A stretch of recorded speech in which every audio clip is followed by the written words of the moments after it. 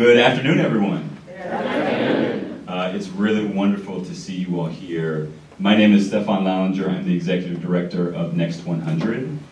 Next 100, for those of you who don't know, is a startup think tank. We bring a diverse cohort of really bright and talented individuals together for a 2-year fellowship experience as policy entrepreneurs. And so Next 100 policy entrepreneurs actually apply to our program with a vision for impacting a particular policy area that they have lived experience with or in which they've worked proximate to communities.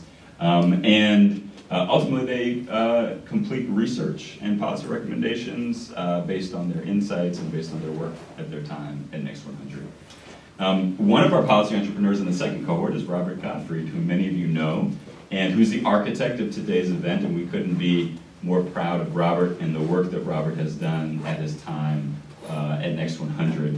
Robert, as many of you know, served in AmeriCorps in Washington Heights, in Upper Manhattan, where he was a tenant organizer, and he spent his time at Next 100 thinking really deeply about national service in the context of his own experience and the experience of his own peers. And Robert has produced some really great research and recommendations, again, that many of you have seen and are aware of in relation to what types of policies we might pursue to make national service both more accessible and more equitable. In addition to thinking about how we might better prepare young people who serve for careers after their service. National service is deeply personal to me. It actually changed the trajectory of my life. I was getting ready to go to medical school when I was in college, and Hurricane Katrina hit, and I felt called to service. So I moved to New Orleans, became a teacher with Teach for America, shout out to AmeriCorps, and spent what I thought would be 2 years in New Orleans that turned into a decade. And I remember, as a teacher, I remember one of my first experiences driving one of my students home to the lower Ninth Ward in New Orleans. And I remember driving through block after block of overgrown vegetation. I mean, it was so overgrown that it towered over my car. And I remember finally getting to my student's house. And it was the only house on the block.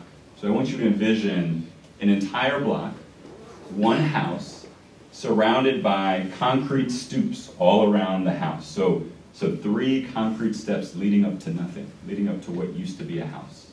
And those were the conditions in the early days after Hurricane Katrina. And the impact on my students and my families was being isolated from basic things like public transportation, like fresh food, like healthcare.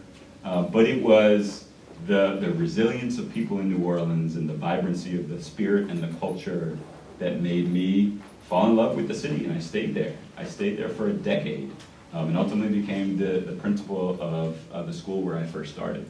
And one of the things that we did at Langston Hughes Academy is we brought on 10 City Year Corps members every year to help support our students. Shout out to AmeriCorps again. I'm going to go through every single program, I think, by the time I'm done. And in any event, I share that story because literally the trajectory of my life changed, and the lives of so many other people changed. I mean, years later, our school increased 2 letter grades on the state grading system and became really well known for its welcoming community and all of the things that we were able to do on behalf of young people. And none of that would have happened without a call to service that so many people felt in 2005 after Hurricane Katrina. Today, we are here to talk about service in relation to the existential crisis that we face and our future generations face, the climate crisis. And we're here to learn from an extremely exciting group of panelists that Robert and other folks have brought together here today. So I'm extremely excited to welcome Robert Gottfried to the front, who is going to introduce and moderate our first panel. And I'm going to also invite all of our panelists to come to the front for the first panel and come to the front and take your seat. We're excited to get started. Welcome.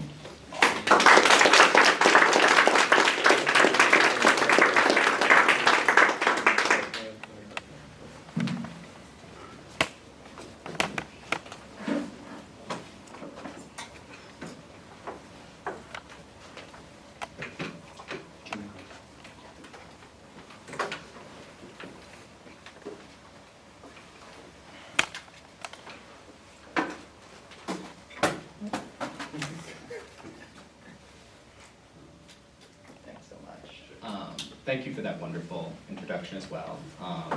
As I know many of the faces in this room, it has been my honor over the past year and a half to get to work on national service alongside all of you. I feel like we're at this really exciting moment where there is increased attention, energy for what national service can be. And I think, I was really excited to bring together this event because we are on the precipice of a flowering of ideally people being called to serve. And I think the climate crisis comes top of mind as one of the big challenges that faces us all. So with that, it really was absolutely wonderful to get to work with all of you wonderful folks in Washington, who I will introduce in a moment. And it felt like, a moment to come together for learning and understanding. So really excited to be able to have this event and make that space. And with that little aside, I will introduce our panelists here. First up, we have Miguel Ramilla, who is Partnerships Director at Earth Corps, right here. We have Amber Martin-John, who is the Executive Director at Serve Washington. And we have Gus Williams over there at the end, who is leading who is a Workforce Development Manager at the Clean Tech Alliance. And with that, let's jump into the first question. So we're going to go down. Is the mic working, not working? How are we feeling? Thumbs up, thumbs down. How are we feeling about the mic? It's going in and out. It's going in and out? Can you hear me without it? Yeah? Yeah. Are you guys comfortable with that? Should try. You think it's worth trying? Okay. I think you should try. Okay, we can keep going with it. So to start off, I would love to go down the line. Tell me a little bit about your organization and the role it plays in the national service field. All right. Thank you everyone for being here and for the invitation to share a little bit more about Air Corps. This year we're turning 30. So the organization is one of the first one in Washington to expand the concept of a conservation corps to bring people from other countries. So we were doing, recruiting people locally, but also we decided that idea of the conservation corps was so powerful that we needed to share this with everyone in the world. And I'm the living embodiment of that because I came from Chile, originally with a bunch of people from Chile, Argentina, and Brazil to join the first program, and stayed there in Seattle for the first 3-4 years of the organization. And then the founder and I left the organization to replicate the program in multiple countries. And now I'm back again in Seattle to help the organization to expand the concept of what's the need to really serve in this particular time that we're living. So as an organization, we've been absolutely committed to this work, but we're also very aware of the challenges that we are facing, not only because the magnitude of the problems that we're trying to solve, but also because the young people coming to our program now join the program with a lot of and very clear sense of reality. So not only in the issues, but it's also the practicalities around devote a year of their life to these kinds of work. And in any metropolitan city in this country, we're now facing raising prices and rent, standard of living is becoming higher and higher. And we had a wonderful relationship with AmeriCorps for the last 22 years, and it's been a constant process of conversations of how we can increase the stipends, thinking in other ways to make the experience for the young people coming to the program more meaningful. And that work hasn't really stopped. So it's going to be an ongoing collaboration with AmeriCorps, but also with many other organizations, because the young people who are devoting their time to this program are really looking for a new way of doing things. And I think that we need to be responsive to that reality. It's great energy, they come with a lot of ideas, but a lot of the systems we have in place in order to organize this program across the country are not truly responding to the realities of our younger generations today, nor the ecological problems that we're trying to face. But we're proud of our experience of being in this ecosystem. We're proud to be one of the oldest core programs in the state, and we're looking forward for more. That's awesome. You can feel free to hand it to Amber. So Amber Martignon, Executive Director of Serve Washington, and Serve Washington is the state commission on national community service. What that really means is that we are statutory partners to AmeriCorps, the agency, and we administer and run a grant-making process for AmeriCorps programs in our state. In addition to that, for Serve Washington, we support CERT, emergency response, and then also community-based volunteerism. But maybe even more importantly, one of our roles as the state commission is that we are responsible for really connecting local needs and program needs to the bigger picture, statewide and nationally. And we take that very seriously. We're also responsible for identifying and finding additional sources to help support, grow, support and sustain existing programs and grow new ones. And so that's really where a lot of the climate work we're going to talk about today, that's really where our role is and where we've seen some really exciting progress. All right, hello everyone, Gus Williams, Workforce Development Manager at the Clean Tech Alliance. So Clean Tech Alliance is over 1,000 member organization that supports the like of multi-big tech companies within our state and also 17 other states and 4 Canadian provinces. So that work really expand. But with that, the work we're doing with Serve Washington and Climate Corps is just really to create opportunities, create that full-on experiential services. How do we connect folks to the industry? Our industry members are always asking about opportunities. How do we connect young adults or even youth to a program? So this is a way for us to really engage in our work and support everyone included, especially those in front of our communities. That's an area that industry members from the likes of Boeing to Alaska Airlines, and not to name drop, but those are the companies that that I work with, and in other facets as well. So many more from startups as well. They're seeking opportunities. How do we connect folks to the work? Because we truly believe that without the workforce or without those individuals understanding what that pathway is, I think the work sometimes goes in vain. So that is why we're here in great partnership with Serve Washington to make sure that we're connecting our industries to opportunities and opportunities to those youth as well and folks. Did you want me to say we have 20 AmeriCorps programs, 3 planning grants, we support about 1,500 members in our state. If you include National Directs, Washington has about 2,000 national service members. I think we could also say that we oversee about $21 million in federal funds, and our programs match that with somewhere between $24 and $27 million in local funds annually. I forgot. No, thank you so much for that. And also, if any of you guys want to follow up or say something else, feel free to jump in, just as we have the conversation. Well, if you can hear me, I'll speak up, right? So as far as some of these funding capabilities, right? So Clean Tech Alliance and the work and leadership of our CEO and myself, we're awarded the sector leader for clean tech, clean energy. So what that means is that we are the so-called expert, right? I'm not the expert. I tell people I should show up and engage and collaborate. But with that being said, there is $23.5 million in Good Jobs Challenge money, and then also another 5 in ABA, which is Apprenticeships Build America.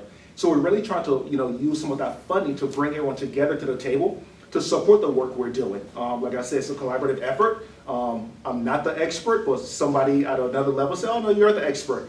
I would take that, right? But it's for us to really collaborate and use and leverage funding to engage in every aspect of the work we're doing. That's awesome. Thank you so much for adding that.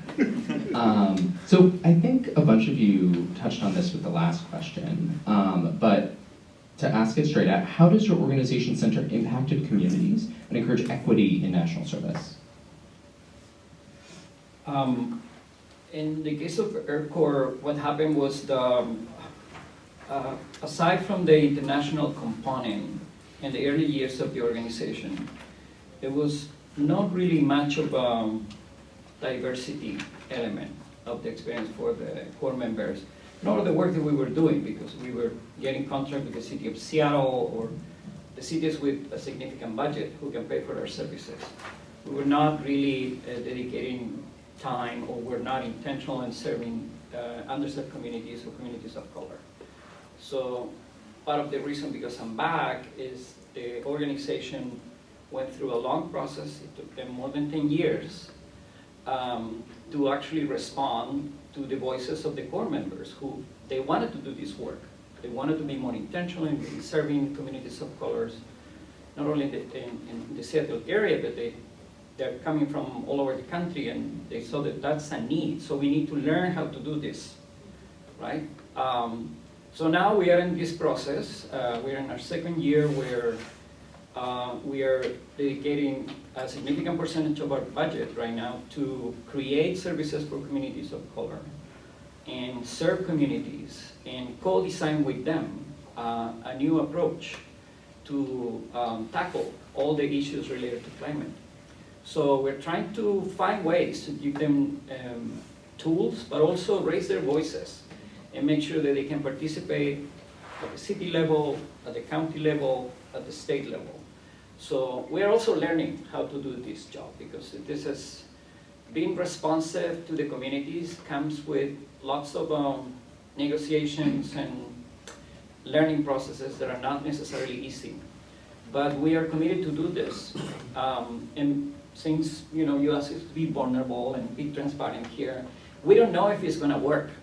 So, because it's challenging, it's difficult. So in the last year or so, because this new approach, many of the people who were part of this transition that we're discussing, we need to serve communities of color.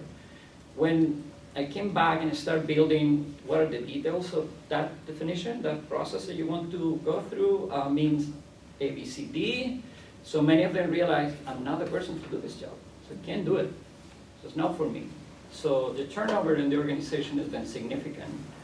And this is also a reality that many other organizations are experiencing in Seattle, at least. And I'm assuming this is the same thing all over the country.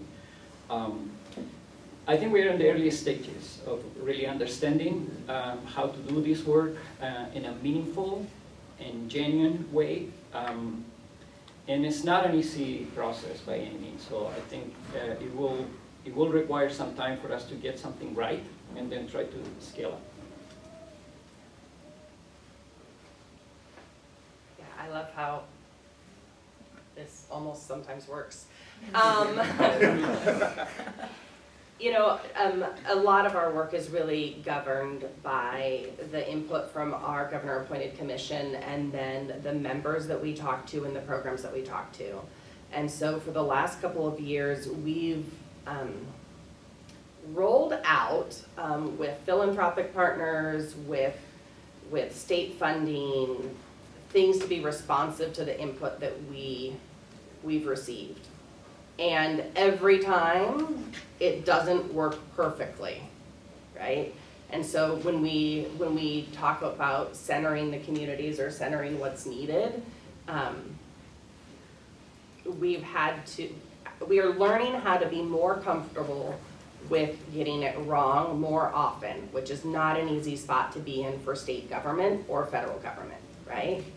And we've also had to be a lot more comfortable with reconciling conflicts in our values and where our actions are following, and then starting to call those out differently. And what that's looked like for Washington, aside from getting input, aside from doing training, it means that we've leveraged our power and our privilege to get additional resources in a way that programs and partners have said we need them.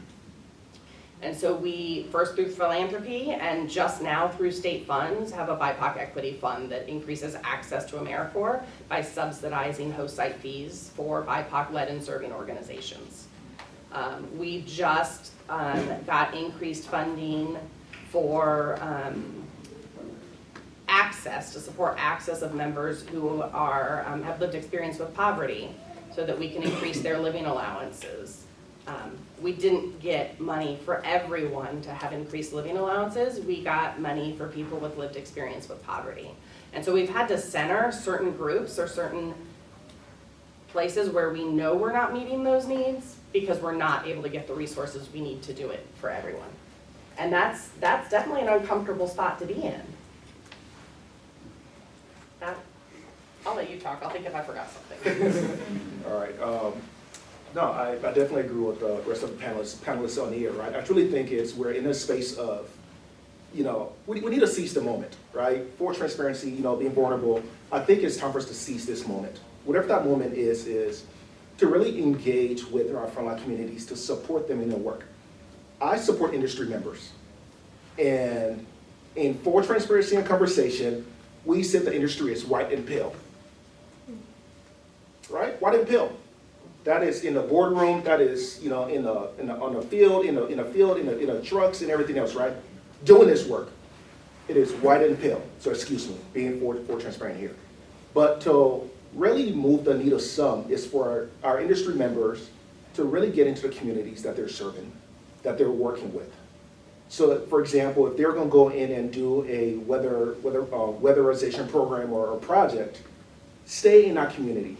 Understand what the community need after that 9 to 5. Once that project is gone, we joke around about, hey, maybe we should create a Little League softball team that they can coach afterwards so that they can be part of that community, right? And those kids know them and look like them and see them as a mentor, see them as a guide almost, right?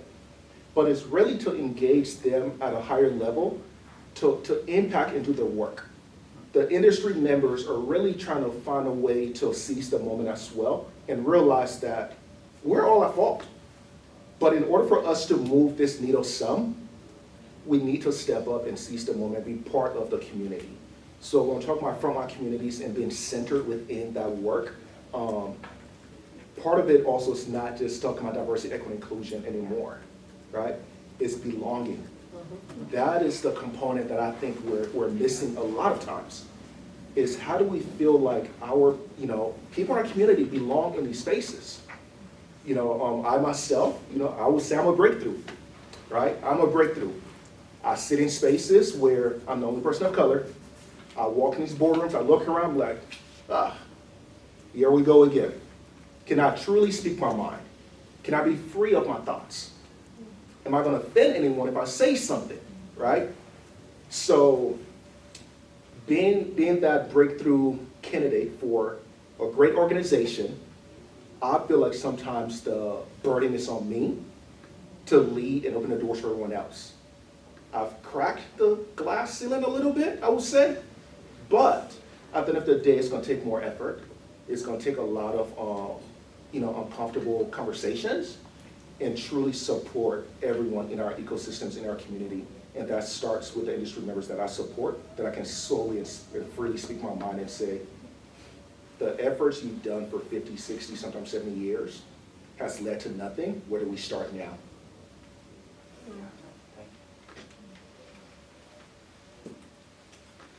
Yeah, thank you guys so much for your transparency and openness and all of this. I feel like as we were saying at this precipice in which climate is kind of an it word and there's potentially additional funding coming down, if we're not really intentional about this, right, intentional of centering frontline communities and ensuring that cores are representative of the communities that they're in, we run the risk of replicating a lot of the historic failures and injustices, right?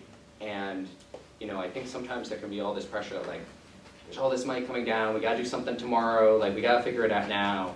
And if we do that without being intentional about, equity, inclusion, ensuring that, AmeriCorps of today is not AmeriCorps of yesterday, we run the risk of replicating it all. But anyway, Tanja, we can get back to the questions.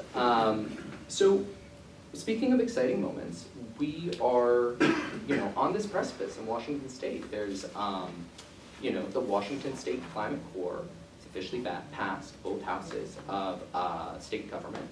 And, you have 3 of the people in the room who are leading the work, have been thinking about it, are there on the ground. So just kind of as an overview, would you mind explaining to the room a little bit about what that law is, why it's important, and how you guys are all thinking about it?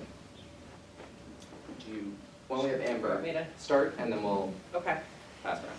Sure. So the Washington legislature just passed the House Senate Bill 1176. And so it is sitting on the governor's desk for signature. And it is about building opportunities through service and workforce programs to support climate-ready communities. It was a governor request bill. Our Governor Inslee, is very supportive of service and has a history with conservation corps. And he was excited to say not just how do we offer more opportunities for individuals to serve, but how do we connect it with what happens after service. And so the bill that passed has a large component that falls under Surf Washington and will resource environmental programs in Washington. What I think is really important to say is that it's actually not a Climate Corps program. What it is a Climate Corps network. And so we took a different approach in some ways, and we said we already have 5 environmental programs. We already have almost 500 environmental slots or positions in our state. And we know that they're not adequately resourced, and that the traditional funding mechanism for conservation corps, which is often fee-for-service, is a barrier both for underserved or overburdened communities would be the term we use, overburdened communities, but also a barrier for individuals to serve. And so this bill that passed creates that Climate Corps network, but maybe more importantly, creates equity investments. So it provides funding to increase living allowances to living wage, or the maximum AmeriCorps living allowance, whichever one is relevant to where the members will be serving.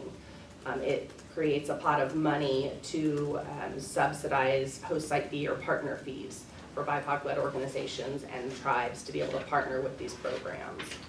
It creates a service learning program because it says it's not enough just to get environmental work and do the phenomenal training you already do. Many of our environmental programs already offer certifications and credentials.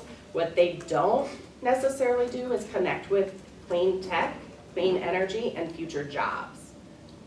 And this says, let's really talk about exposure and introduction to those partners.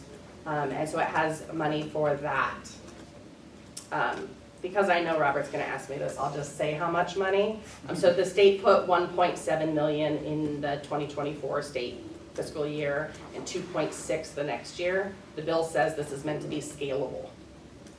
Now, I'll tell you where the hard part is with the bill. It also says that 60% of that funding will be used to support enrollment of members from overburdened communities. Well, hang on, I did that wrong.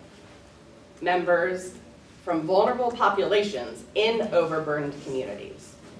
So we know that's going to be a growth point for some of our programs and some of the ways that we approach service in our state. Who else wants to talk?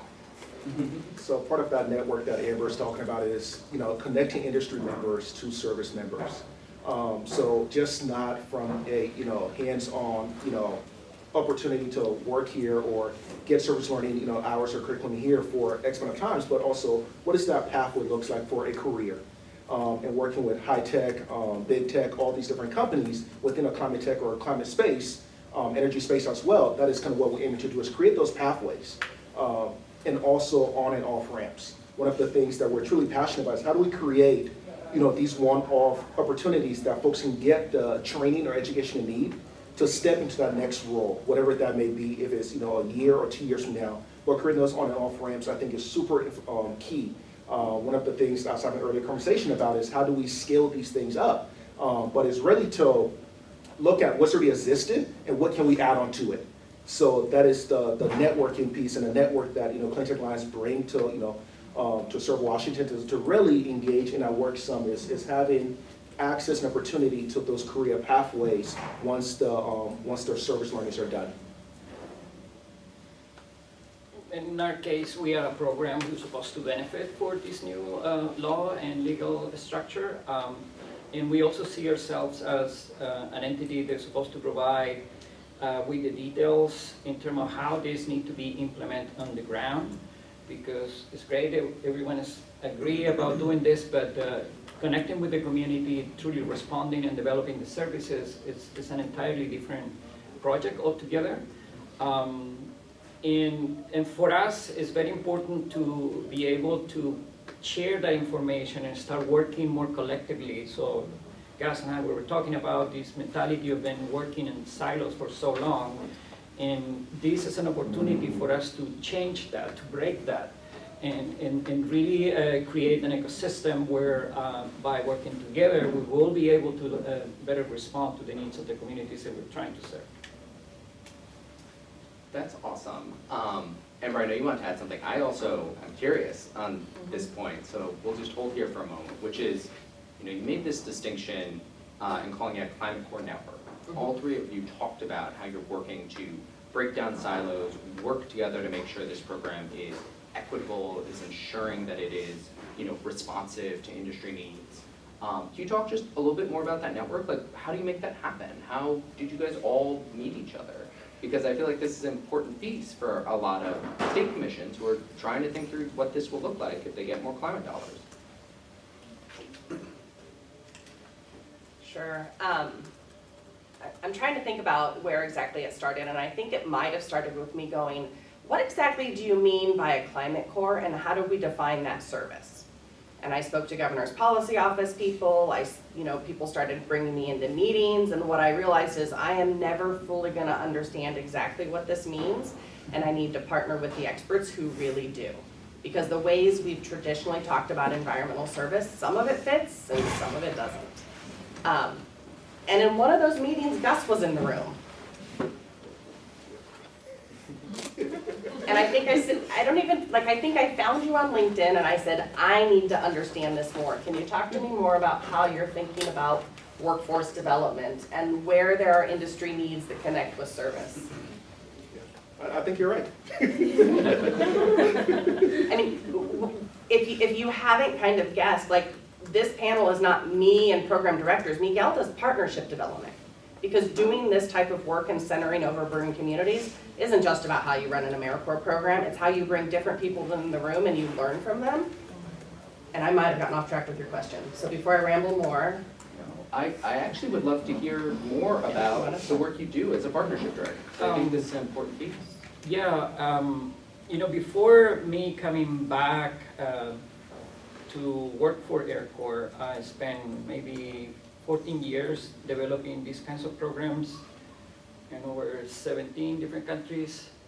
And one of the key things that I learned in that process is that without the true engagement of the people that you are trying to help, you can't really talk about sustainability in any capacity, really. So you have to engage them from the very beginning.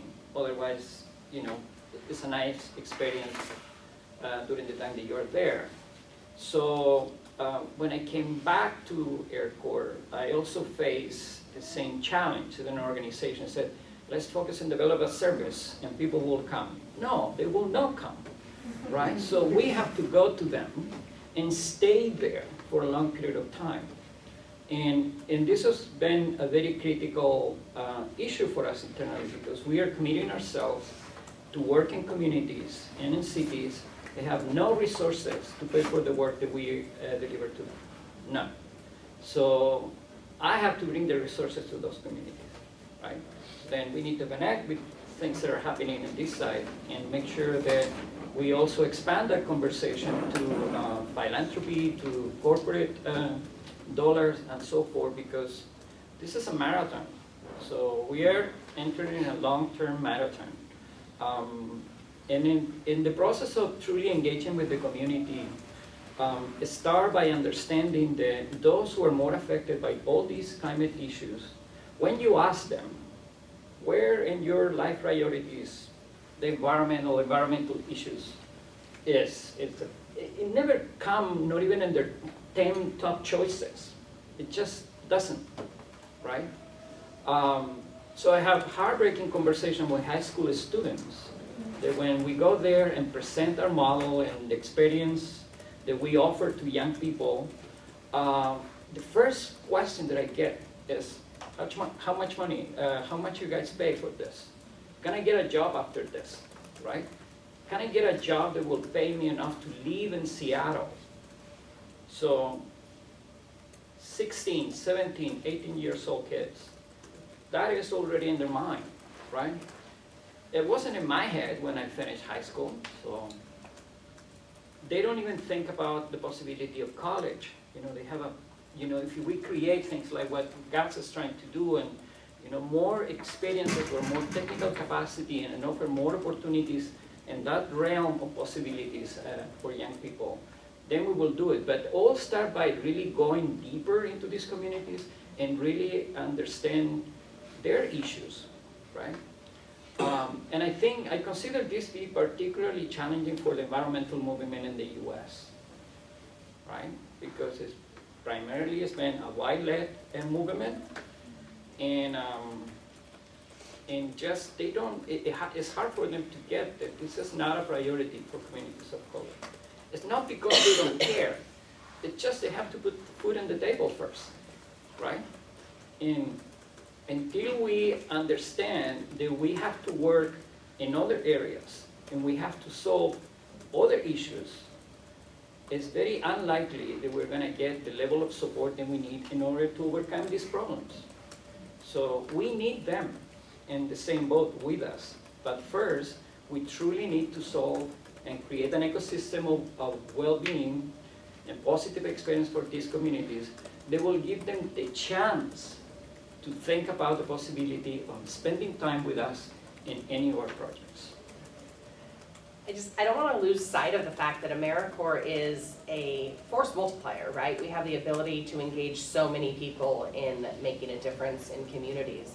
But if we want to seize this moment, we're going to need to braid not just national service funding, but we're going to need to braid state funding. We're going to need to braid the different funding that's coming through Department of Labor, Department of Energy. Like, there's so much clean energy, climate action funding out there, and we're not all talking to each other.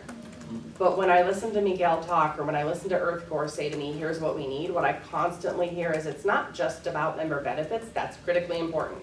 It's also about internal capacity for partnership development, being engaged in community. That is a lot more than the current grant-making structure. As much as we work to play with it at Serve Washington and make it more, it's just not enough.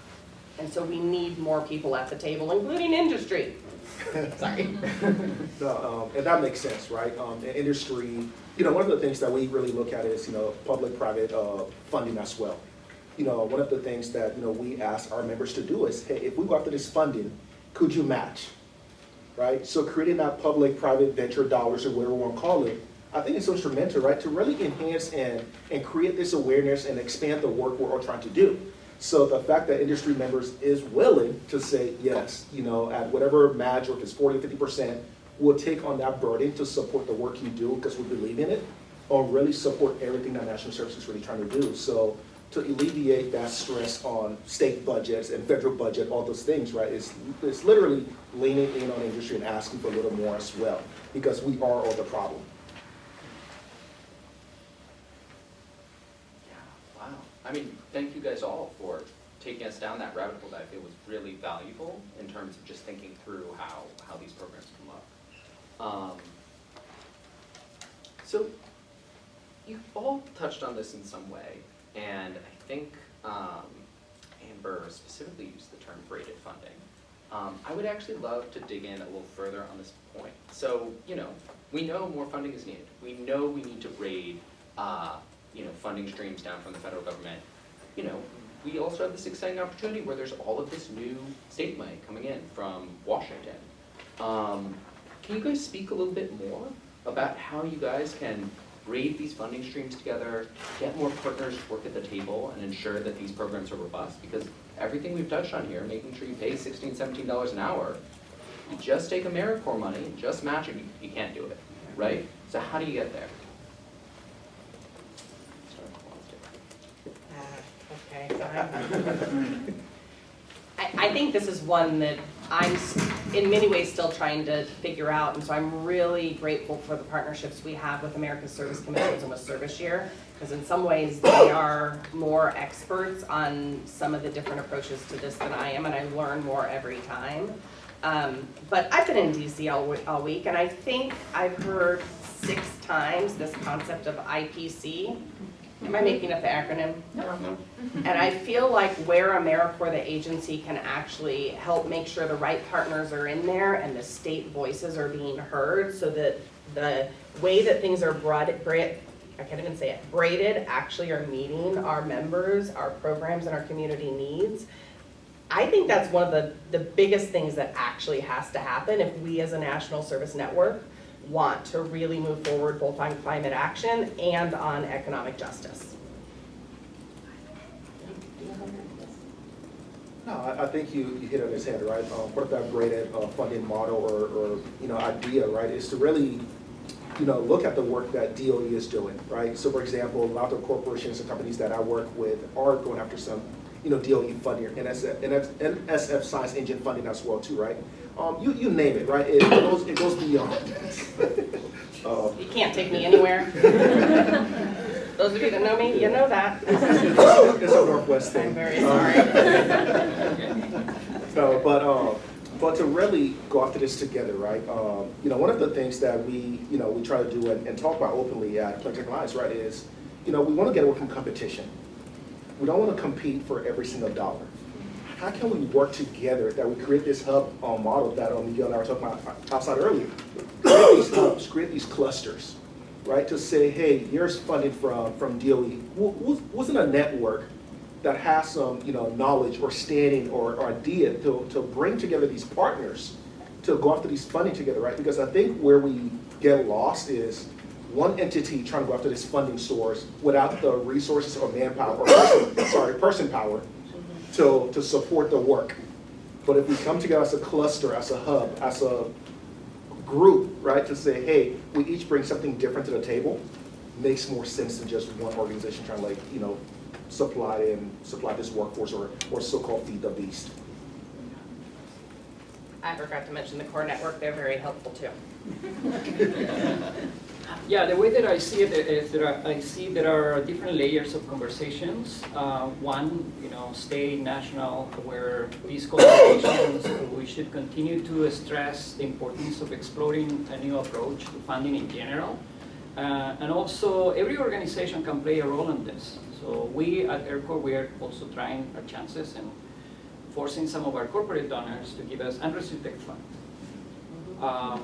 And I've been putting that on the table with all of them, with mixed results. But if we don't start that conversation will never come from them, right? But I'm appalled, really, when a private corporation with billions of dollars in assets, is giving me $25,000 and expecting, 40 super detailed goals. Like, this is insane. So I'm not doing that anymore. And we are changing the conversation. So, and what I find very interesting is that because no one says anything, they don't feel a need of changing their model. So we're doing this, and I cannot stress enough the importance of the point that Gus was making and trying to have this conversation as a collective. So because the impact is more significant, because the value of the work is more significant if we work together. So this has been one of the greatest frustration for me coming back to work again in the US, which is this silo mentality. They're all want, every organization wants to be the organization more famous and more successful and so forth. And it's just not going to happen, really, especially in this sector, in this field, and for the level of impact that we want to create in communities. That requires a collective approach, so it's not other way of doing it. But I think we have to, every organization, every group can play a role in changing the mentality of how philanthropic money and federal funding goes to these projects. So it's a matter of starting the conversation. That actually tees us up very well for our last question here, which is, what are next steps that you would encourage everyone in the room here today to take to advance equitable climate programs, networks, partnerships, like the one you all the one that you all have discussed? I think in my experience, what I also pass to my team is making this work to really be meaningful. You have to go to a place of sincere vulnerability. And if you really want to make significant connections with the communities you want to serve. So in my mind, at least, there's no other way to do an effective work. And we also have to change our mindset in terms of the outcomes of this work are not going to come anytime soon. So again, it's a marathon. It requires a lot of try and error. And we need to be okay with that, right? We're not going to get everything right at the first try. And I think that's very difficult for many organizations because of funding, because the pressure that they feel of being effective, or because they have so many years of experience, they cannot make mistakes. In Washington, we have this issue with one of the best well-known organization, many years of working in the field, they went through a terrible experience of, being so focused on just the outcome, and technical outcome, and the negative impact that they made in the communities was so incredibly bad. They were forced to sort of abandon many of those projects. Right? And I think the attention and the impacts the climate is having in underserved communities, until you really go and spend time with them, it's hard for any of us to really understand. So it's mind-blowing to me that people in Seattle have issues finding decent food, right? There are communities that are 25 minutes away from downtown Seattle. They have no access to a decent supermarket of fresh produce, right? There's no land available for them to grow any fresh produce, right? This is unacceptable, right? And but we need to start these conversations, and being genuine in the process is very important, and being vulnerable in the process, and being open to learn and adapt to the real needs is critical if you want to be successful, hopefully sometime in the near future. Yeah, I think we could have, well, maybe not. So I'm gonna pretend, and I'm gonna apologize probably to my governor in the policy office. I think we could have ended up with a climate corps that either duplicated a program or just overlaid a program without any resources. And that, I think one of the reasons we didn't end up with that is because I had multiple conversations with the governor's policy office where we talked about what we do well and the power of AmeriCorps and what we don't. And what it would actually take if we want to see this create pathways and have real outcomes for individuals who may not currently feel like they're part of our program, may not feel like they belong. I think that's one of the reasons we got resources. I also think that that is the hardest task in front of us, and that I'm gonna have to, a year from now say, here's what we did well, here's what we didn't, and would you please give us more money, right? And that's a hard spot to be in for anyone, but it's really a hard spot in front of my state legislature, or probably how AmeriCorps feels in front of Congress. And so I think that vulnerability, you're right, and I think the secondary piece is bring different people to the table. Don't just talk insider baseball with the state government agencies or the federal agencies or your programs, because there's a lot of perspectives we're just starting to hear that I think will be really important to make our work successful. And from an industry perspective, I truly think that, I want to address to our CEOs and board folks and all these different people too, right, that run these organizations. I think it's the middle managers, right, the ones who are doing the work day to day, are the ones who truly understand what the challenges are of fulfilling this workforce, right, or creating programs to bring in and train the next wave of talented people within our state and in our country. So it's really engaging at a HR level at times, but then also talking to those field reps, saying, hey, what are the struggles, or how did you even get into this industry? To get that first-hand perspective is beautiful, right? Hearing some of their challenges or why they're doing this work. But I think sometimes when we kick it up to the CEOs and all these board and governors and all these different people, right? I truly think sometimes it's lip service, and please excuse me, but when you're engaging with the people doing actual work, it makes more sense, because you get a feel, you understand where they're coming from and why they're doing it, right? That impact is so important to create the opportunity, and once again to seize the moment, because they know their time is up. And you've heard, over this last, 45 minutes to an hour about seizing a moment. I truly think it's that time for all of us to start engaging industry members, industry partners, and saying, how can we do this work together? Is there private funding you could allocate to the state or to a program to support this work some? Who's your philanthropy person? How can I connect with them? The CEO can say, yeah, I'll sign a check, but the check will never come. right?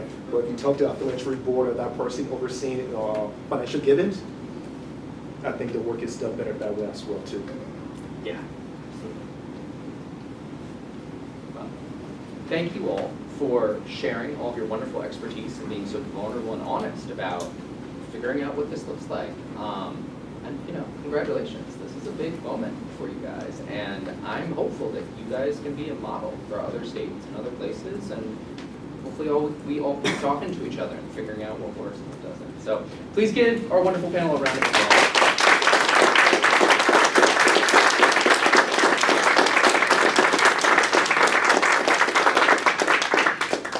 We're going to take a 10-minute break. Feel free to grab some food, some hors d'oeuvres, get some water, go to the bathroom. We're going to be back in 10 minutes, so that will be 3:15. Thank you. Thank you so much, everyone. So, super excited to come back together for our final panel of the day. We are going to be talking to some of the folks who are leading national service organizations. So these are folks who are thinking about how to create resources, support, to help build up, climate cores on the ground. With that short introduction, I am actually going to throw to each of y'all. So would you mind just saying your name, your organization, a little bit about what you guys do? All right, happy to kick us off. So, good afternoon. I'm Kristen Bennett. I am the CEO at Service Year Alliance, and we are a national nonprofit that is working to make a year of service a common expectation and opportunity. And to do that, we really focus on three main things.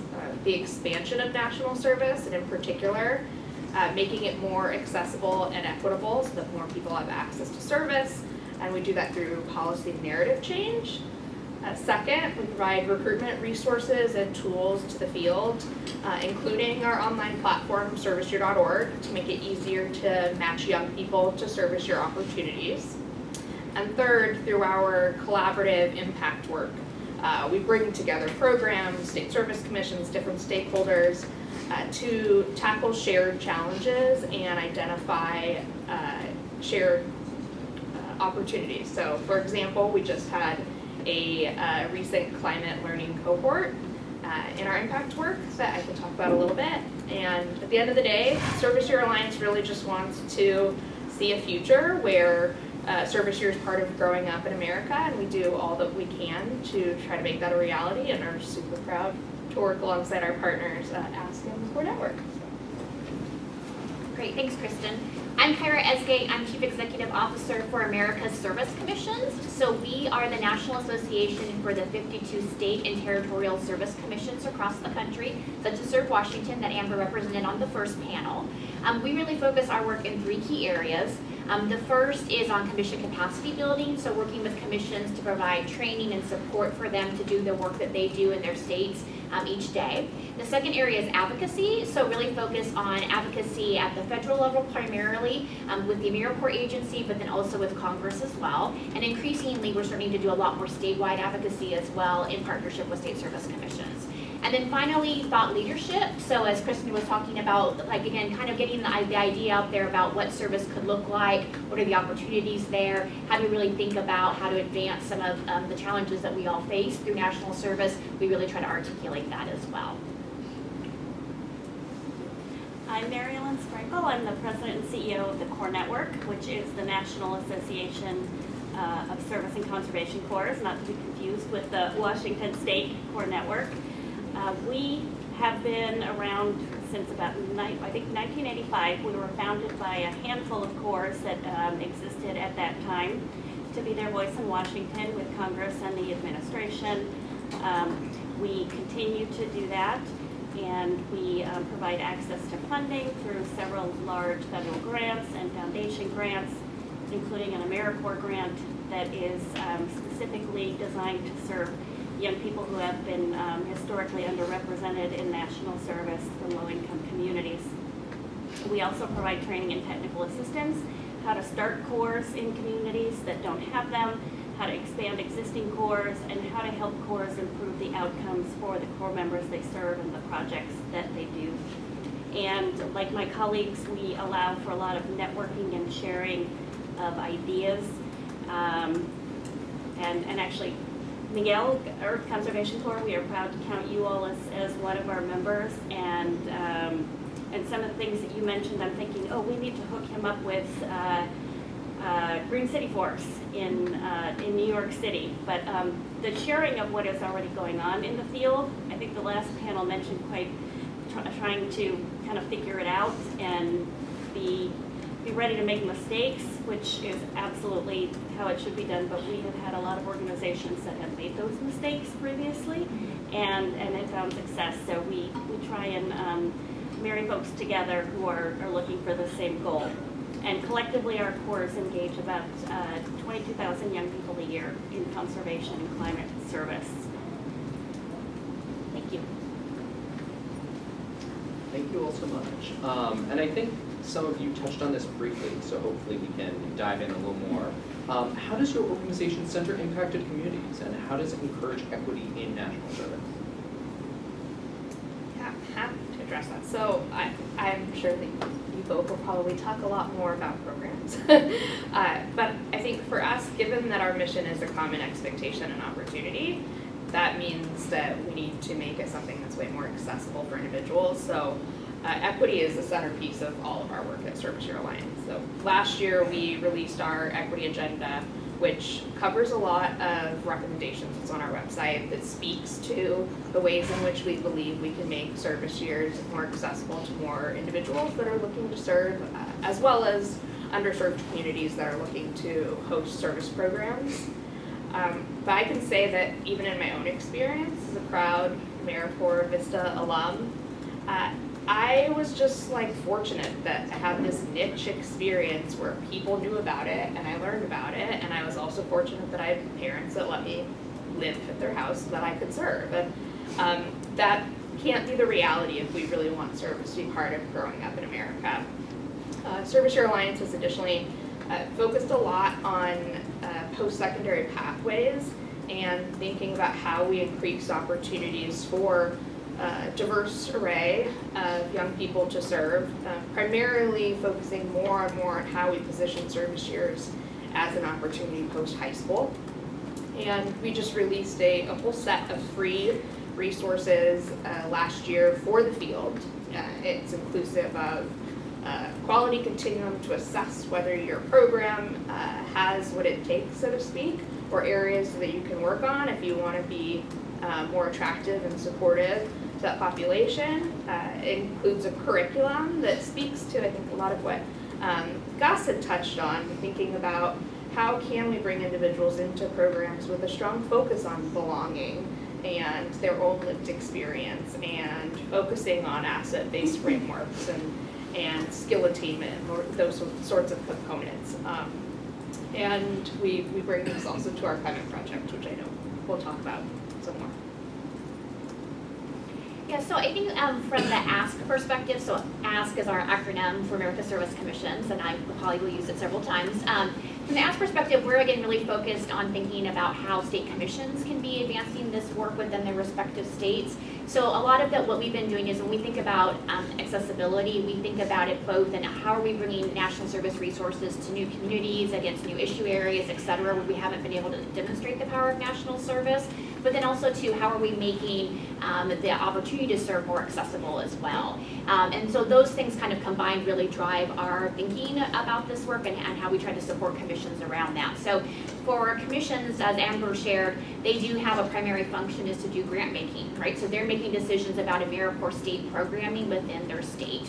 So how are they thinking about their grant making? How are they doing outreach? How are they providing training and technical assistance and support? How are they sharing best practices and program development with potential organizations so that those organizations can really think about AmeriCorps as a strategy? So there's that piece of the work. And then I think it's, again, with the members as well. How are we trying to ensure that this is an opportunity for everyone who wants to serve? So how are commissions working with programs to think about how are we increasing the living allowance? How are we doing wraparound services to support members who may have a challenge to try to complete that term of service? How are we providing other interventions during the program year that really make sure that those members we recruit them, which Service U does such a great job in supporting, but then how are we also making sure that they actually complete that year of service? And I think increasingly as well, and particularly in the climate space, how are we making sure that we're making connections to what's next, right? So I think this idea of doing service is great, but hopefully we are thinking differently about our programs now, that we're actually helping those members think about what's next, and that year of service or couple years of service is really going to help them take that next step as well. Thanks.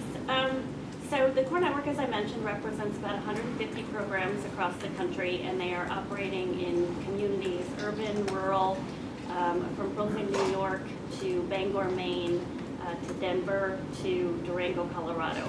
And so we have, our focus needs to be on diversity of core members serving, diversity of programming. Some of our programs are large national programs.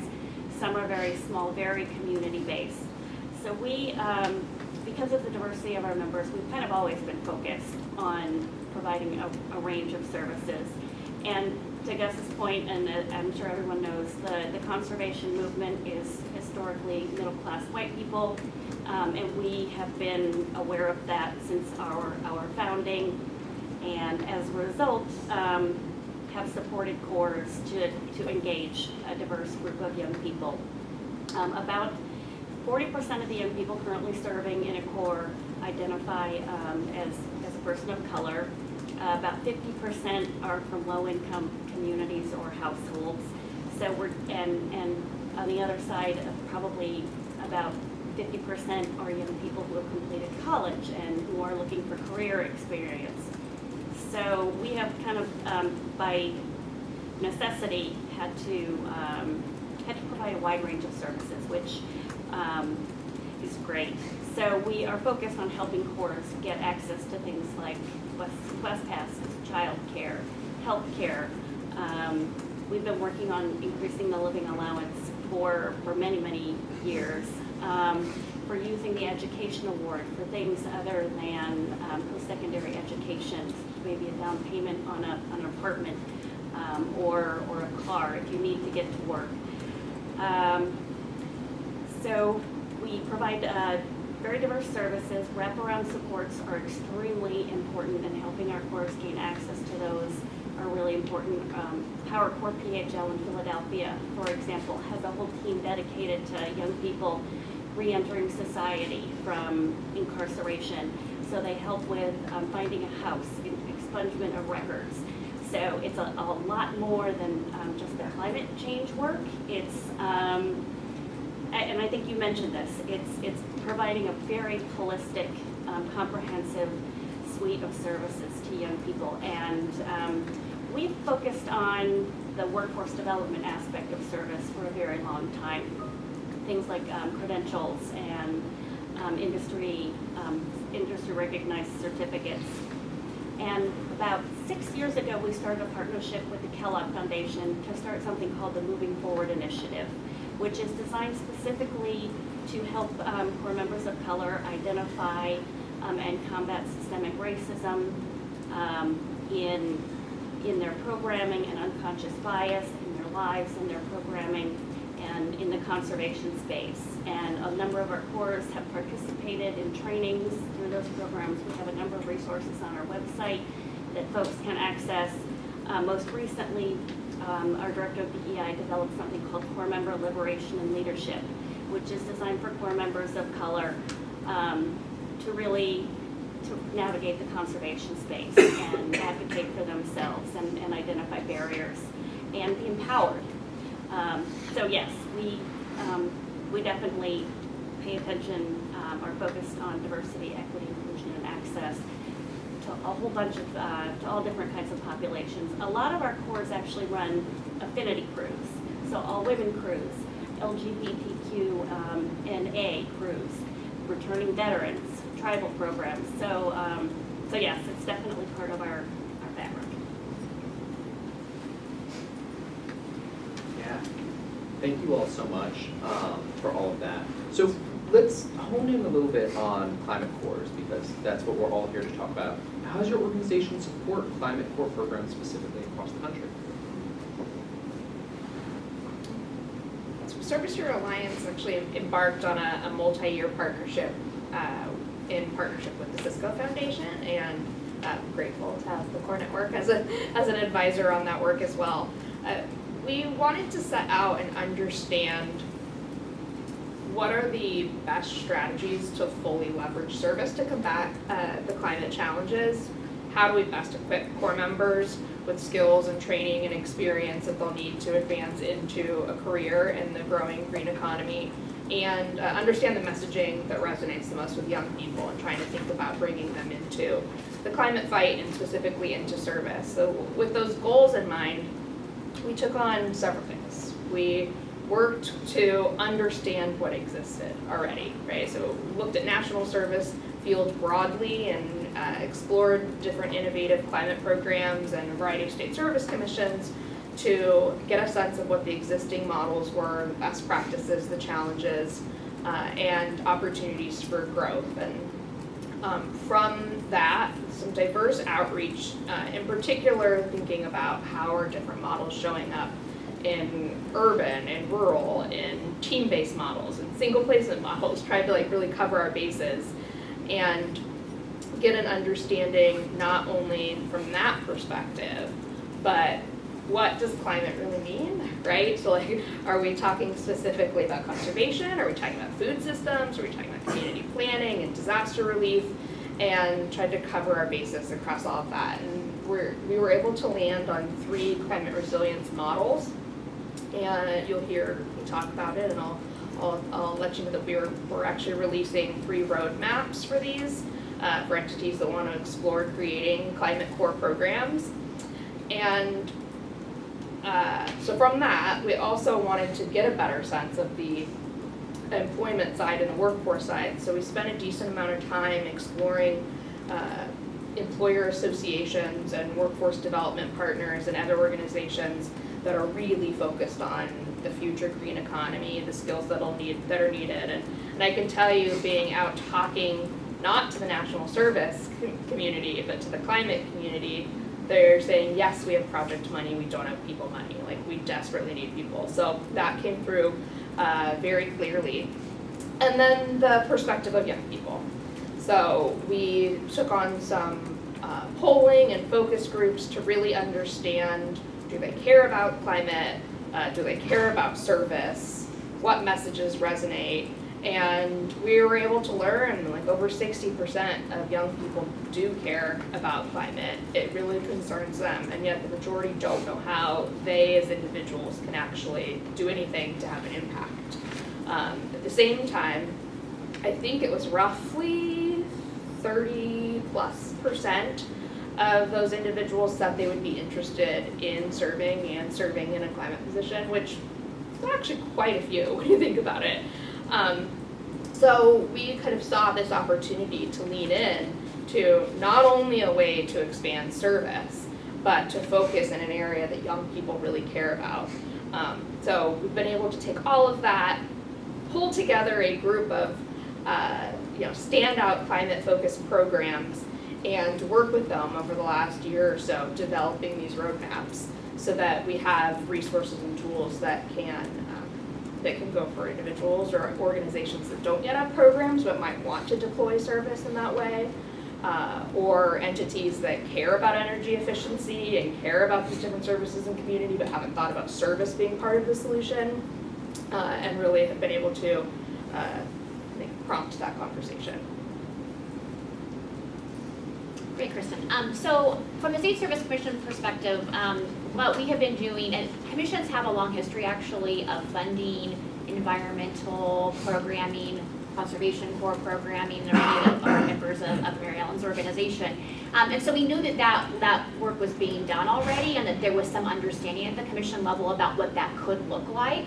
But one of the things that we've really been focused on is like, that is a great model. There's a lot of good things that are going on. But to Kristen's point, we think there's a lot of opportunity out there to think differently about how we think about supporting climate, how we're thinking about capacity building and not just direct service, how we're engaging more community volunteers in this space, et cetera. So to help kind of bring those ideas together, we have been hosting a monthly learning community for our commission network. So this is something that we commonly do across different issue areas. We wanted to dive into a particular subject. We bring together a monthly learning community call, and commissions that are interested in that particular space are welcome to attend, right? And so we have about 10 to 15 commissions that have been joining that learning community call for the past 18 months or so. And I think as part of that, we've really worked to understand like, what makes sense in your state? What are some of the challenges you're facing? And how can we be thinking about bringing in outside partners and kind of sourcing ideas about how you might move new programming forward? So that's really been a big focus of our work, and that's going to continue. I'll talk about a little bit later what some of the things that we are seeing state service commissions do in this area that are new strategies for sure. But I think that for us, it's really important to bring commissions together and talk about what they're seeing in their state. And also too, and I think this is true obviously with any issue area, but with climate in particular, we're all facing it, right? But it looks different for each of our states too, right? And so we can't think that just one particular program model is going to work across the board. We've got to be thinking about if you are a coastal state, that's going to look different for you than maybe a state that is in the Midwest. If you're dealing, urban versus rural, all of these things, that there's different strategies that are going to have to be employed in order for us to be effective. And so I think, again, that having part of that conversation is really important as well. So just like the core members we serve and the programs we represent, the service in which they engage is extremely diverse. So it can be urban gardens, installing solar panels, permeable surfaces, weatherizing and retrofitting low-income housing, or it can be trail building, habitat restoration, invasive species removal, disaster response, disaster recovery, firefighting, removing hazardous fuel. We view kind of all of the range of services that cores provide as conservation or climate core work, and kind of don't distinguish between the two. So we support through advocacy. I was actually had the privilege to inform President Biden's Build Back Better proposal for a civilian climate core. And we work daily with the administration and the departments and Congress on how to provide funding. It did not make it across the finish line in its entirety, unfortunately, but we remain hopeful that there is project work out there that can achieve the same end. So advocacy is a lot of what we do, a lot of what Kyra mentioned, and Kristen, we provide training and technical assistance. We've spent a lot of time thinking about career pathways in the conservation, climate change space, and actually several years ago we started working with Jobs for the Future and a lot of national associations and unions to get cores recognized as pre-apprenticeships into a full apprenticeship program. So the time that a core member spends with the core can count as hours towards a fully registered apprenticeship program. And we're looking at expanding that model to other solar panel installation, stormwater management, workforce development. We also have an accreditation program that we run to help cores make sure that they are meeting high standards and providing young people with a good experience that makes a difference. Training and technical assistance, access to funding, and advocacy is really where we have been supporting the civilian climate core movement. Can I add something really quick? Yeah. Mary Ellen reminded me. So one of the other things that we often see commissions be heavily engaged into is disaster response efforts as well. And so when you mentioned that, I was like, oh yeah, we do that as well. Again, commissions, their primary responsibility is to support AmeriCorps state programming in their state, but most of our commissions also are heavily involved in volunteer engagement, and many of our states are also involved in disaster-related activities as well. And so in many cases, that would mean that when a disaster occurs, members, that they are tapped to actually run the volunteer engagement piece for the state, so really helping to organize volunteers, potentially helping with response and recovery efforts as well, and doing some of that long-term recovery effort as well when many of the national organizations may leave. Again, that commissions and volunteers that they work with would actually be engaged in that work in an ongoing way. And I think that that's important because, again, as we're thinking about these pieces, that's something that we see commissions having a strong role in, and trying to link that to this kind of larger issue around climate as well. Thank you. So you guys hit on something that I think is really important to say explicitly, and I've said to most people in this room pretty directly, which is that, you know, Build Back Better with climate funding did not pass. There is not federal funding explicitly for climate programs that is additional, new than what we had before, right? And that is a reality that we have to grapple with. And, you know, we lived in this brief moment where we really thought that we were going to have all of this wonderful funding and all of this, you know, the federal government was going to take care of a lot of these problems, right? And that flatly is not the case, right? So that it leaves the rest of us to figure out how do we do that without explicit federal funding for climate corps the way it was outlined, right? And, you know, part of the reason I have three folks up here is because I feel like they've all been leading in their own ways different, you know, resources, toolkits, developments for the field to try and seed their own programs, right? You know, what's happening out in Washington here with Amber and Gus and Miguel is, you know, hopefully, knock on wood, the first domino, a string of dominoes coming down, because increasingly states are getting excited about this effort. This is not something that is isolated to the Colorado State Legislature. It's not something isolated to Governor Inslee, although he's a champion and we appreciate his attention to this issue. So, you know, I want to delve into this, right? Like, here we are on the outside, you know? My name is not, you know, Senator Chuck Schumer. I can't go out and say, you know, this is what we're going to do.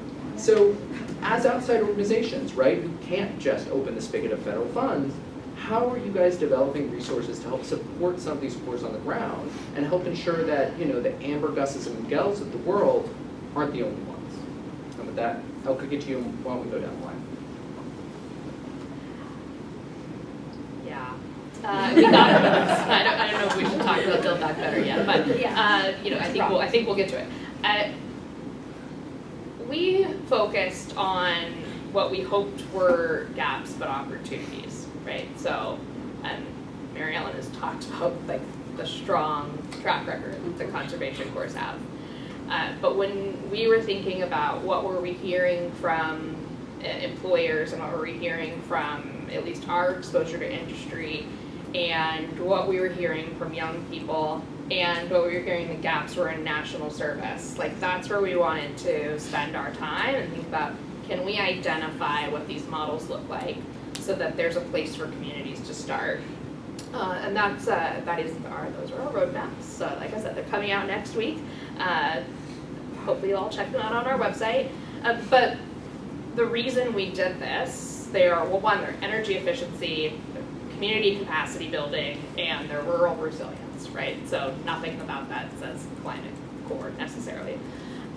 But we wanted to find creative new program models that we felt really aligned with what skill development would be needed for the future green economy, or the green economy as we see it now, that young people were interested in, that maybe there was some limited programming out there, but not a ton, and yet if you do look closely, you can tell that outside of national service, there are state or federal resources going into these areas. We've seen through other federal legislation that there is money through Infrastructure and Inflation Reduction Act that there's money for this type of work and these types of services. It's just not national service. Opportunities for these models to be starting points for communities, right? So a lot of what we heard is that there is not the capacity, in particular in rural communities, to launch a large program and launch a large corps. But what they need is someone that's going to wake up every day thinking about the future of their resilience in their community. So there's a lot more around planning that is needed. We also found that when that does happen, there's a program for, as an example, RARE AmeriCorps at University of Oregon, okay, where we both went, that actually leads to the local talent those communities need too, right? So there are models where you can put one person in a rural community that starts the work that is needed, that then also leads to them potentially having a resilience officer or something like that that they didn't have before. And then again, post-service pathways. So we looked for like the beautiful formula of bringing all of those together and trying to put very hopefully simple resources out for programs or entities that want to pursue that.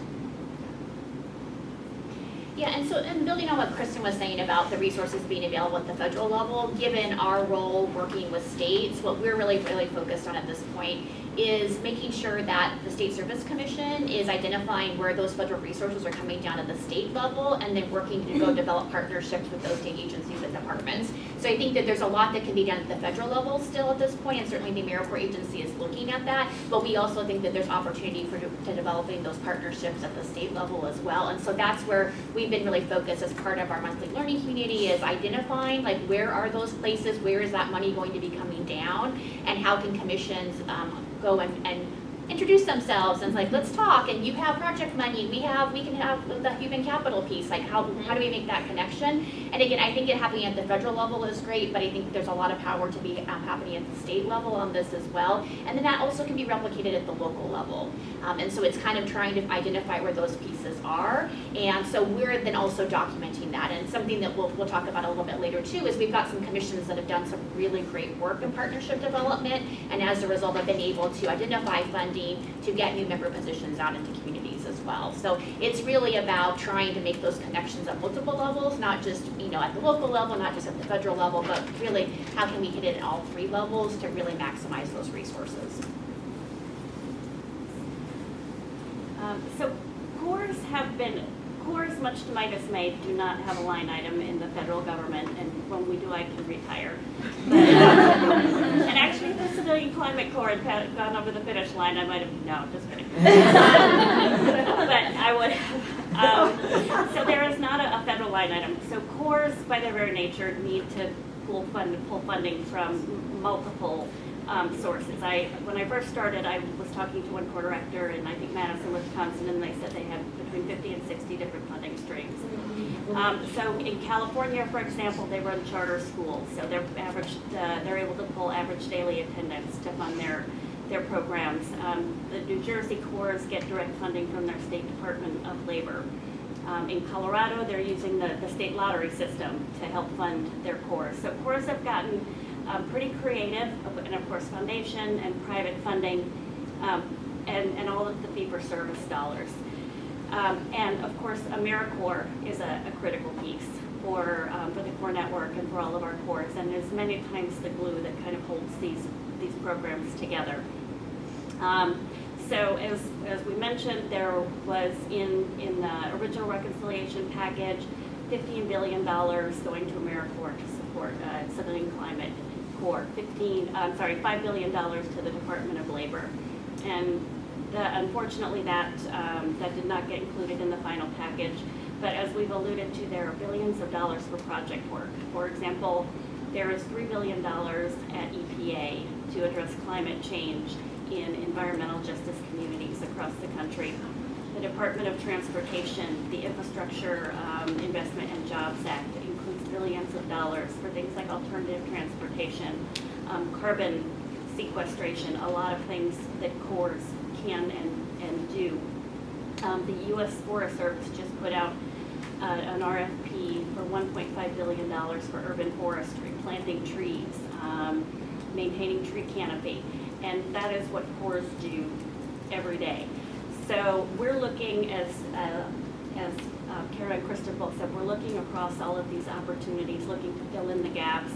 But we believe that the project funding that is currently out there can and should be utilized by national service programs And in fact, if you talk to the Department of Transportation or a lot of these federal departments, they don't have the workforce to actually get this money out the door and to complete the project. So what better way than engage young people in their own communities, gaining job skills, completing these projects. And so we have actually been working together. We've gone through the Inflation Reduction Act and the jobs, infrastructure investment and jobs bill to identify funding streams that we think can be used for different kinds of core projects. And we'll be making that resource available shortly. That said, we are still working to get Congress to lean into AmeriCorps and the Department of Labor to fund the people dollars, as I like to refer to them. But it can be done with existing money, and we are working as a team to see that happens. Thank you for that. And I also just want to underline something you said, which was, you named a lot of numbers, but they all had billions at the end of them, right? Yes. That's a lot of money. And I think, there are a lot of federal agencies right now who have quite a lot of money that they need to spend, and are missing all of the supports to support the people power, to ensure there's this pipeline into these careers, which, And the capacity of the programs, which both of my colleagues have very rightly identified. Yeah, so it's sad that, our friend Senator Manchin sometimes thinks one way and then the other, but that doesn't stop all of us here from trying to access the dollars we do have. And kind of to that larger point, you're all part of the Partnership for the Civilian Climate Corps. Tell me, what is that? And what work are you trying to drive through it, and what impact has it had? You set that up perfectly. As Mary Ellen was talking about, we do work together. The Partnership for the Civilian Climate Corps really began early 2022 in the sense that we all thought Build Back Better was going to be real. And as the pragmatic organizations that we are, we were like, we better start focusing on implementation. So maybe it's our fault, but so we came together. Our three organizations founded it, but we also have created now this partnership that is nonpartisan, multi-sector, 100+ organizations that come to this issue and have the same goal in mind, even though they might do different work every day. So whether it's the conservation corps or state service commissions or service year programs or environmental justice organizations or other climate advocates and et cetera, et cetera, et cetera. What Build Back Better taught us was that there are so many interests in this space, right? So federal agencies need a workforce and they have project dollars, and National Service has a track record of showing up here but doesn't have enough resources. Industry, same thing, like where is our workforce? So we have come together to put principles on paper that we all agree with and believe in, so that whether it's a uniquely funded CCC or it is through interagency partnerships like we are all trying to encourage right now, that we can actually still see some form of the resources that exist now from IRA and infrastructure going to a pilot project that demonstrates that this can work and that this is valuable. So we've had many productive conversations with the administration and on the Hill, as everyone has said, and are hoping that the fact that we are organized and have a common vision, that we'll be able to take advantage of some of the resources that are out there. So moving forward, I would just say that part of what's core to this partnership is that it allows young people to be financially supported while they're in service, appropriately so, that we're thinking about service being equitable in this space, that it's addressing the top climate and environmental needs, that it's in bringing environmental justice organizations to the table, and that it is really focused on on-ramps to good paying jobs afterwards. So we have a shared vision, and we have this partnership, and we're going to continue, I think, our efforts to push for commitments from the Biden administration and others to hopefully see some of the wonderful braiding that we have seen happen at the state level across a number of states happen at the federal level too, but to my partners. Debbie, could add? So the core network has been doing this kind of on its own for about 40 years and having maybe a little bit of success.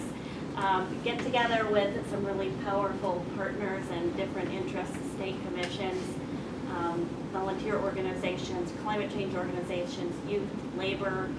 It's really made a big difference, and it's just so great to have a team to work with on this. And I think what's going on in Washington is an example of success. So the Build Back Better Act did not get across the finish line in its entirety, but climate corps, conservation corps are springing up in states and communities across the country regardless. And I think a lot of that has to do with work that my colleagues have done using their platforms and megaphones, Kyra's work with the state commissions. So everybody has kind of stepped up to, as I said, fill in the gaps. And this partnership has been really critical to all of that. And I'll just add as well, I mean, I think the other piece, just for everyone's awareness, is that everything that we're developing resource-wise, we are going to be sharing publicly as well. So when we were talking about what are the different potential funding sources at the federal level, that will be available publicly. Like, how can you think about different program models that will be available publicly as well. So we think it's important that we're doing this organizing, but then at the same time that we're making sure that individuals in the field can access those resources as well. If I were to add one more thing about resourcing then. So we talk a lot of, well, at least we do, we talk a lot about the two major bills that we know resources come through, but there are other sources out there, and that's why the states have been successful. So our roadmaps that are coming up have provided some ideas of where people are finding money to fund these types of programs too, because whether it's utilities or philanthropy or higher ed or the weatherization assistance program, like there are dollars out there that people might not realize can be utilized for these programs. So Actually, if I could just, yeah. So that's an important point. A lot of the money that I've mentioned and we've talked about is actually going through the states and communities.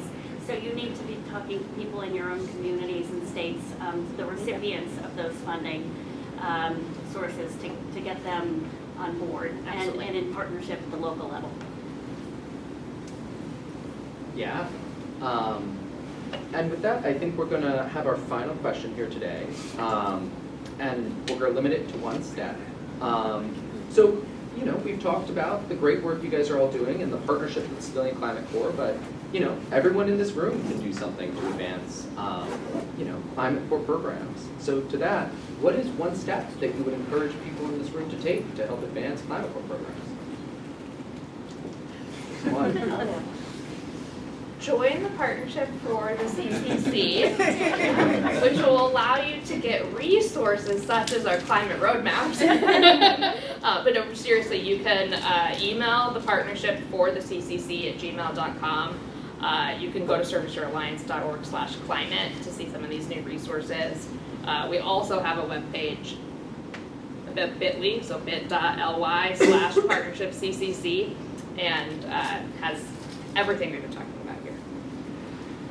Yes, and I would say it's also, so wherever you're working, if you're working at the federal level, the state level, local level, like start to make those connections, right? Like start to, like, who are the folks that you should be talking to at your particular level, and really start to develop those partnerships, because again, I think as all of this continues to roll out, that's where there's going to be the magic, and it's really, really important that you're developing those relationships and thinking about how you can be connecting the dots and bringing that funding together based on where you're located.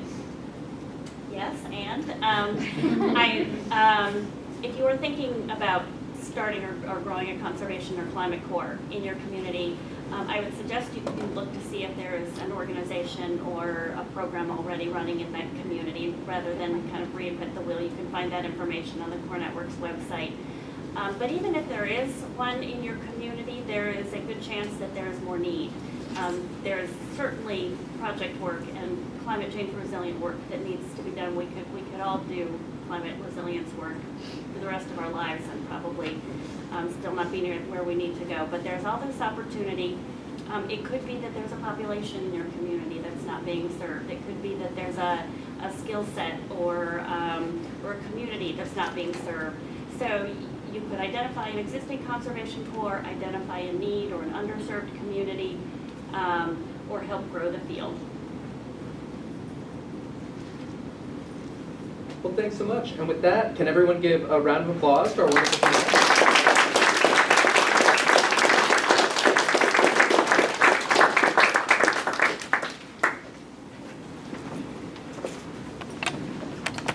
All right, well, thank you to everyone here who has stuck through this event. You know, 3 hours is a long time, and I appreciate you. No, go for it. It's important that you're in the right place. You know, and it's really important that we're able to talk and communicate about these things. You know, from doing this work over the past 2 years, I have just been so inspired by speaking to folks in the field who are leading the way on all of these initiatives. And, you know, so much of that is building on some of the past things that, you know, have already existed in AmeriCorps, but pushing it to be something greater, right?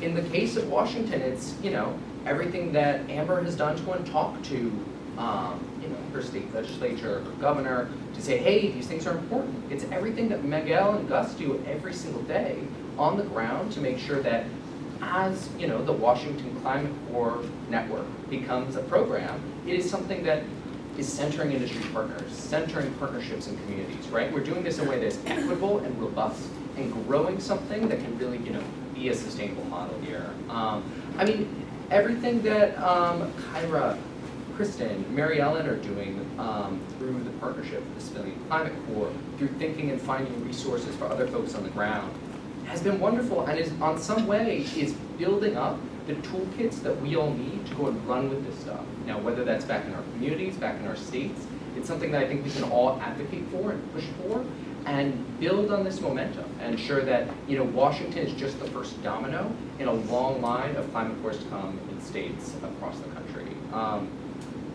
And now with that long rambling finale to this event, I'm going to introduce the wonderful president of the Century Foundation, Mark Zuckerman.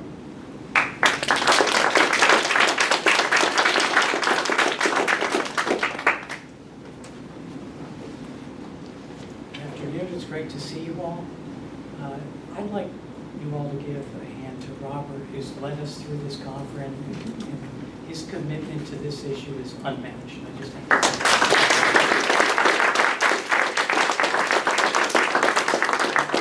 a shout out to Mary Ellen. She and I worked on the Committee of Education and Labor many years ago. And after this is over, we're going to have a drink and regale the old days. I want to say one thing. My wife is Polly Trottenberg. She is the deputy of the U.S. Department of Transportation. And tonight's Pillow Talk conversation is going to be what you all have talked about today. Sign me up. It's really gratifying to be here today. I was a VISTA volunteer back in 1979, and back then,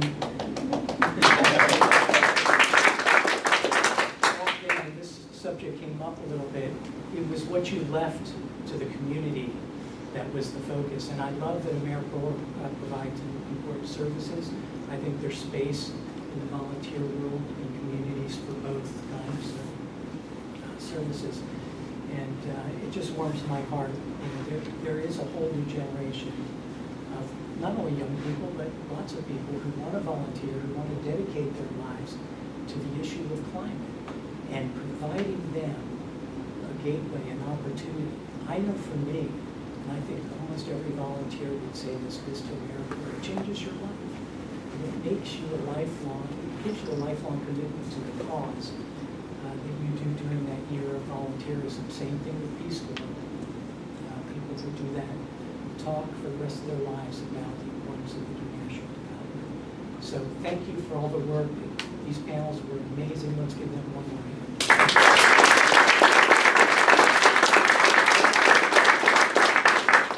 It is a great honor to have Michael Smith here today to close this great convening. Michael Smith is the 8th CEO of AmeriCorps, the federal agency for service and volunteering, who was nominated by President Biden and confirmed by the U.S. Senate in 2021, which is not easy these days. Congratulations. Prior to leading AmeriCorps, Michael served as the executive director of My Brother's Keeper Alliance and director of youth opportunity programs at the Obama Foundation. And was a special assistant to the president and senior director of cabinet affairs in the Obama White House. Now, as impressive as those are, I like this last little achievement. Among his many achievements, he is a proud member of the Boys and Girls Club's Alumni Hall of Fame, the highest honor bestowed by the organization. I give you Michael Smith.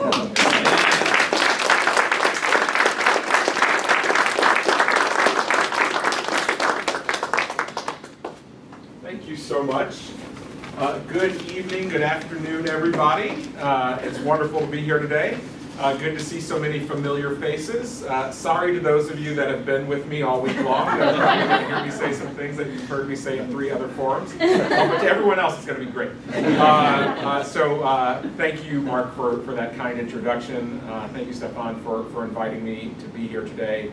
Robert and the entire team at Next 100. It's great to see so many national service leaders that are around the country here today. Great to know that you are a Vista alum. It's we've got, I think, have you heard from Paul? Have you spoken, Paul? No? Paul Montero is here, the new Secretary of Service, the Secretary of Innovation in the great state of Maryland. We're excited about the work that's going to happen there, but I hope that one of his proudest titles was Director of AmeriCorps Vista. Amen. And so it's just wonderful to see where AmeriCorps members are. I was at the Department of Justice recently, where Paul was actually before this, and the woman who's the head of the Office of Justice Program, who I've known for many years, she said, I'm really excited to work with you. You know I'm a Vista alum. I'm like, no, Amy, I had no idea you were a Vista alum. And then the new head of the Office of Juvenile Justice and Delinquency Prevention said, I'm a Vista alum too. So we're at 1.25 million AmeriCorps alum and millions more senior volunteers. So it's really great to see that service, it's not only a service year or a service 2 years, but it really becomes a spark for a lifetime, and it is the gift that keeps giving to this country. Look at the extraordinary work that our alumni do. Any other AmeriCorps alum here today? What's up, AmeriCorps alum? Exactly. I also would be remiss if I didn't thank our colleagues from the Corps Network, America's Service Commissions, Service Year Alliance, Serve Washington, and the other commissions and corps that are here today. We have an incredible partnership with this organization. The agency was designed as a public-private partnership, and we could not do the work that we do if it wasn't for all of those extraordinary folks and their teams. So, you know, when we think about addressing the impacts and slowing the effects of the climate crisis, it isn't just the right thing to do by science, which I don't have to tell all of you. It's also a moral imperative. You know, we know that low-income communities are often hardest hit by climate change and other environmental hazards and have fewer resources to respond.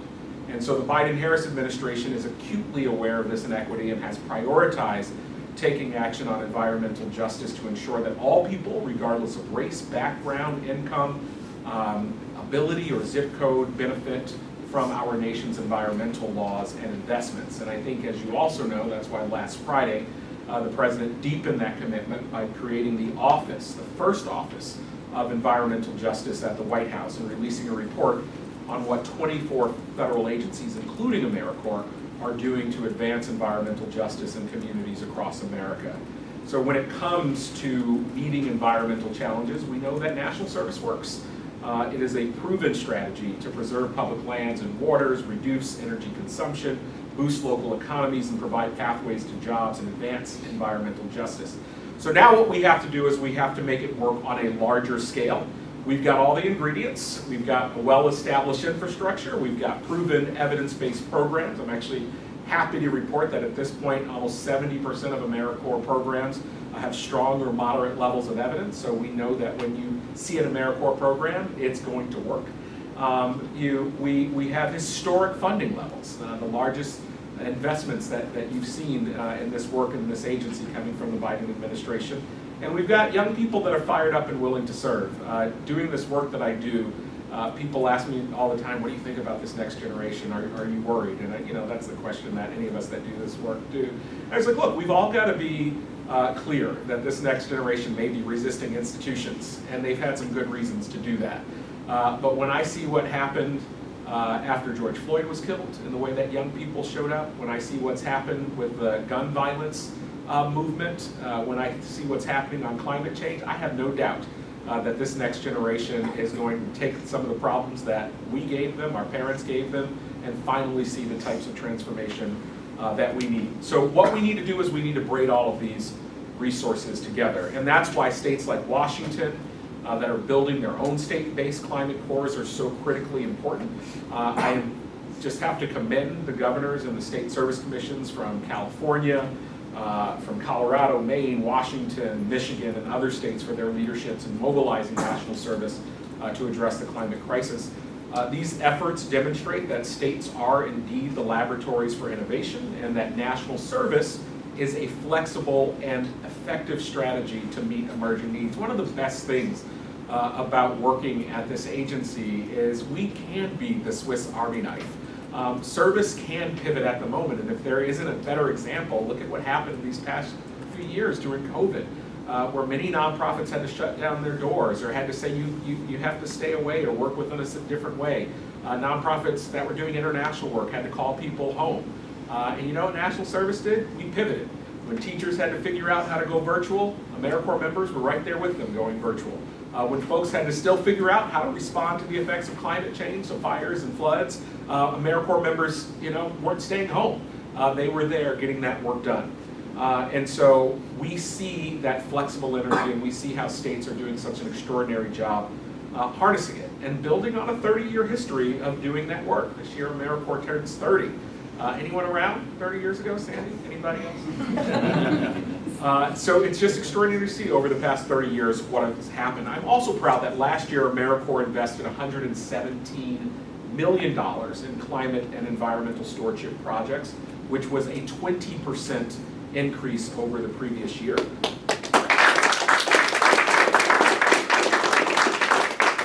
The investment is clearly paying off. Last year, AmeriCorps members and volunteers improved more than 400,000 acres of public parks and public land, treated 14,500 miles of trails and rivers, protected or restored 1,000 structures after natural disasters, and weatherized or retrofitted 7,000 housing units and public structures. I was in Puerto Rico recently meeting with some of the AmeriCorps members. Hey, Puerto Rico? Yeah, Puerto Rico Climate Corps. I was in Puerto Rico recently, and there's an organization that we work with called Teatros, and they started off by putting blue tarps on roofs after Hurricane Maria. And they said a year later, we were still seeing blue tarps. So you know what we do now? We put roofs on houses. And that's the power of AmeriCorps and National Service, responding to the moment and growing with the moment. Our conservation and climate corps members often do double duty. They serve on the front lines of disaster response. As we speak right now, AmeriCorps members are helping disaster survivors at their greatest time of need, like in Rolling Fork, Mississippi, where a recent tornado took dozens of lives and destroyed homes and businesses. AmeriCorps members are there. While serving on these projects, members gain skills, hands-on experience, credentials, and educational supports to prepare them for jobs in the energy, emergency management, environmental sectors. And these pathways to green jobs show that the climate crisis is not only an existential threat that must be averted, but it's also an unprecedented opportunity to create millions of new jobs and build a more sustainable and equitable future. So if enacted, the President's 24 budget request would expand resources available for these efforts. It includes key policy provisions to enhance the role of national service in addressing the impacts of climate change and other pressing challenges, including extending the terms for AmeriCorps and CCC members to respond to their disasters, which is a crazy thing that I am not allowed at AmeriCorps to extend them for a few weeks or a couple months if they're working hard. We need Congress to help us do that. Removing the drug conviction bar on receiving an education award, because if we're going to be a second chance society, we've got to be one at AmeriCorps too. eliminating the unfair, ridiculous, silly tax burden on our education award, and expanding non-competitive eligibility for all full-time AmeriCorps members to strengthen pathways from national service into federal service. And we have such a great example of that with our AmeriCorps FEMA Corps program, where over the past 10 years, FEMA has hired about 25% of our AmeriCorps FEMA Corps alum. In this most recent graduating class, 70% of them got job offers because they know those are the exact types of folks that they want running FEMA for the long term. I am confident, I'd give it maybe 10 years, the next FEMA administrator at some point will be an AmeriCorps alum. I'm also excited about the work that's going to come out of the Interagency Policy Council, which Ambassador Rice and I launched a few months back. We actually have about 25 federal agencies and White House offices that are actively working on strategies to expand national service. And what I'm excited about is them using their resources, so we don't have to just use AmeriCorps dollars to get things done for America. We've got a great example recently with Public Health AmeriCorps, $400 million from the Centers for Disease Control, which is going to put 2,000 AmeriCorps members on the front lines of public health, and then making sure that they stay in public health careers. So the members of the Interagency Policy Council include agencies like Interior, USDA, and the work that they do at the Forest Department, EPA, DOT, and others. And they are on the hook to give the President a report at the one-year anniversary of the United We Stand Summit, which is August or September, one of those months, about some extraordinary strategies. And so I'm excited about how the partnerships that we have with other federal agencies can really begin to make another dent in this space. So we are going to continue to do all that we can do at the federal level to expand the role of national service in addressing the existential threat of climate change and building a cleaner future. And while we keep doing our part in DC, I am incredibly inspired by what's happening in states and communities. And I want to thank you for the innovative efforts to ensure that our children and our children's children can have a livable, healthy environment. Thank you so much.